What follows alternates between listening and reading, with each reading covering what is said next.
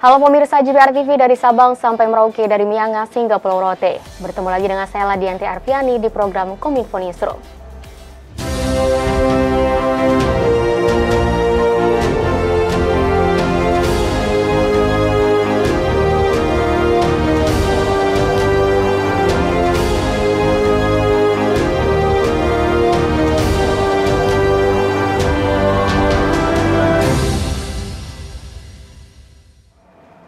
Indonesia kembali memegang keketuaan ASEAN di 2023 dengan mengusung tema ASEAN Matters Epicentrum of Growth. Indonesia ingin membawa ASEAN menjadi pusat pertumbuhan ekonomi global di tengah gelapnya proyeksi perekonomian dunia.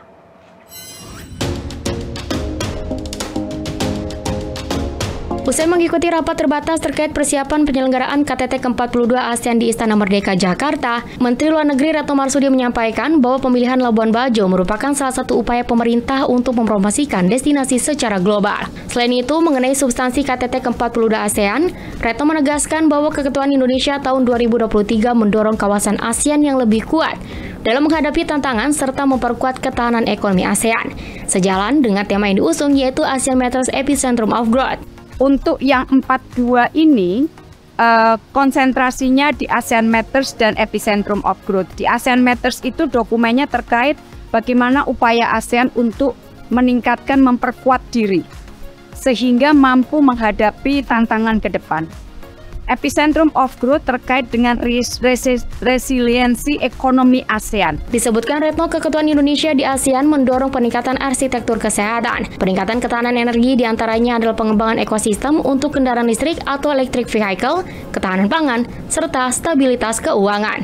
Menlu menyampaikan dokumen yang akan menjadi kesepakatan para pemimpin ASEAN saat ini tengah dibahas pada pertemuan tingkat senior official meeting, yang selanjutnya akan dibahas pada tingkat pertemuan menteri. Selain mempersiapkan ASEAN menghadapi tantangan ke depan, maka ada visi post-2025.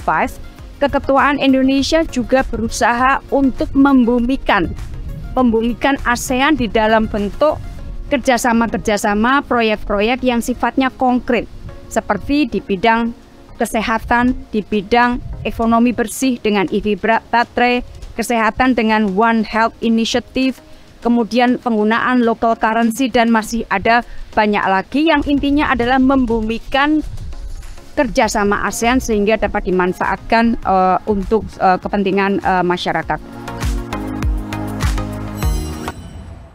Tak hanya itu pemirsa, Indonesia akan mendorong kerjasama di bidang ekosistem kendaraan listrik atau electronic vehicle dalam rangkaian konferensi tingkat tinggi ASEAN di Labuan Bajo, di mana pengembangan tersebut merupakan langkah yang sesuai dengan pilar Epicentrum of Growth.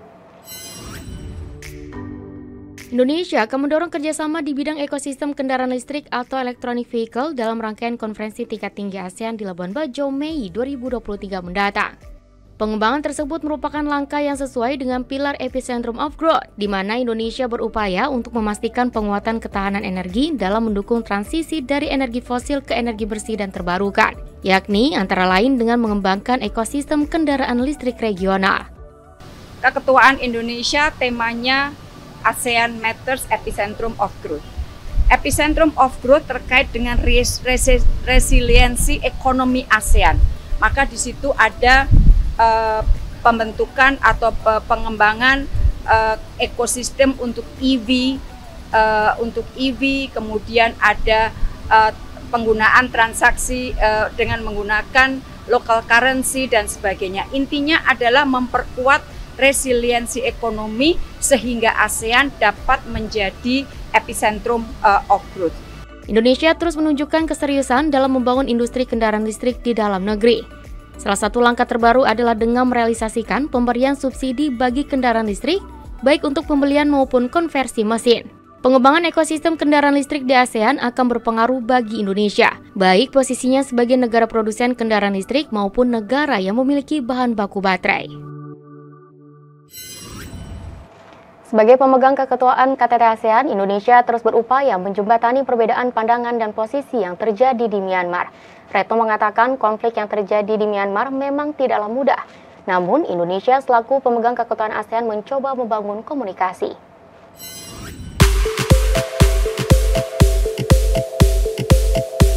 Mendekati puncak konferensi tingkat tinggi ASEAN ke-42 di Labuan Bajo, Nusa Tenggara Timur pada tanggal 9 hingga 11 Mei 2023. Menteri Luar Negeri Retno Marsudi telah melayangkan undangan kepada pemerintah Myanmar.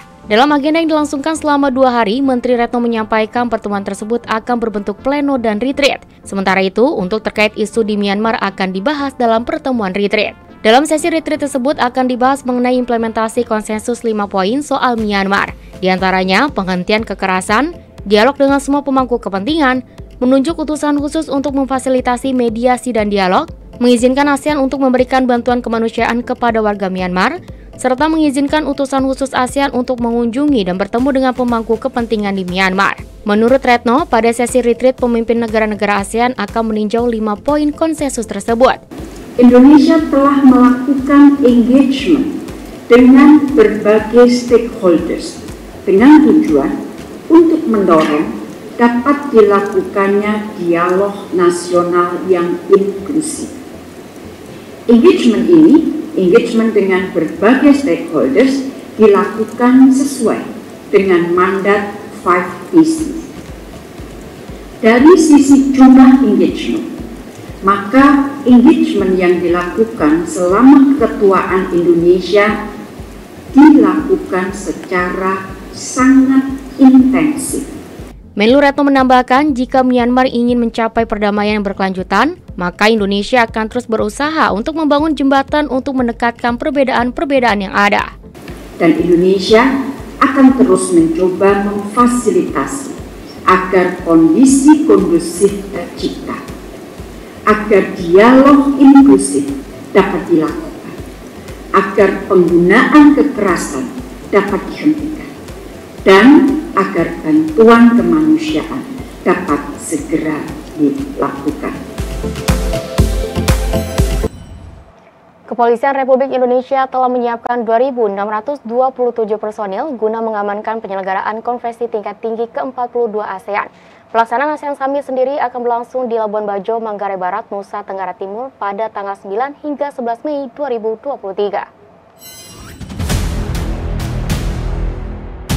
Dalam rangka mengamankan penyelenggaraan konferensi tingkat tinggi ke-42 ASEAN 2023, Polri akan kerahkan 2.627 personel yang berasal dari Satuan Polda NTT, Polda Nusa Tenggara Barat, dan Mabes Polri.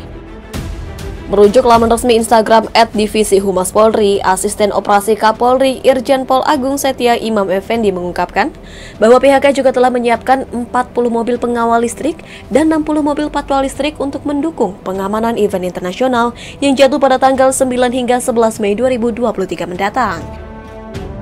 Adapun nantinya, seluruh personel yang terlibat dalam pengamanan KTT ASEAN 2023 akan disebar ke sejumlah tempat objek pengamanan, seperti bandara, akomodasi para delegasi atau kepala negara yang hadir, hingga lokasi penyelenggaraan. Sebagai fasilitas pendukung, keberadaan kamera pengawas atau CCTV juga turut memenuhi kawasan tempat acara, bandara, hingga akomodasi.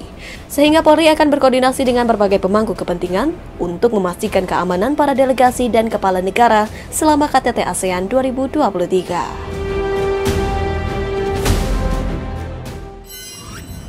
Pemirsa, informasi selanjutnya, sebanyak 11 kepala negara yang ikut dalam konferensi tingkat tinggi ke-42 ASEAN Summit di Labuan Bajo akan mengenakan kemeja dari tenun khas Manggarai Barat. Kain tenun ini akan disiapkan Dewan Kerajinan Nasional Daerah Provinsi Nusa Tenggara Timur.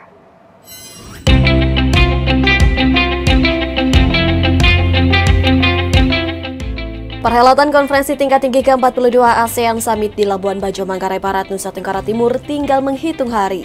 Dewan Kerajinan Nasional Daerah Nusa Tenggara Timur telah menyiapkan kemeja dari tenun khas Manggarai Barat untuk dipakai 11 kepala negara dan sekjen ASEAN. Saat ini Dewan Kerajinan Nasional Daerah Nusa Tenggara Timur tengah menyiapkan kemeja dari tenun khas Manggarai Barat tersebut. Untuk motif mata manuk atau mata ayam yang ditenun oleh penenun dari Kecamatan Lembor, menjadi motif highlight dari kain tenun Manggarai Barat kali ini. Dikutip dari situs resmi Dekranasda, Juli Sutrisno, Ketua Dekranasda Provinsi NTT mengungkap, pihaknya telah menyiapkan 12 pasang kain tenun untuk dijadikan kemeja.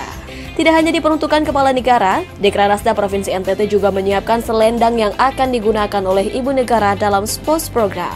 Juli mengatakan, Terpilihnya produk tenun khas NTT khususnya Manggarai Barat untuk dipakai oleh para kepala negara dan pasangan pada salah satu hari kegiatan penting di KTT ASEAN Summit merupakan suatu kebanggaan untuk masyarakat Manggarai Barat dan NTT secara keseluruhan.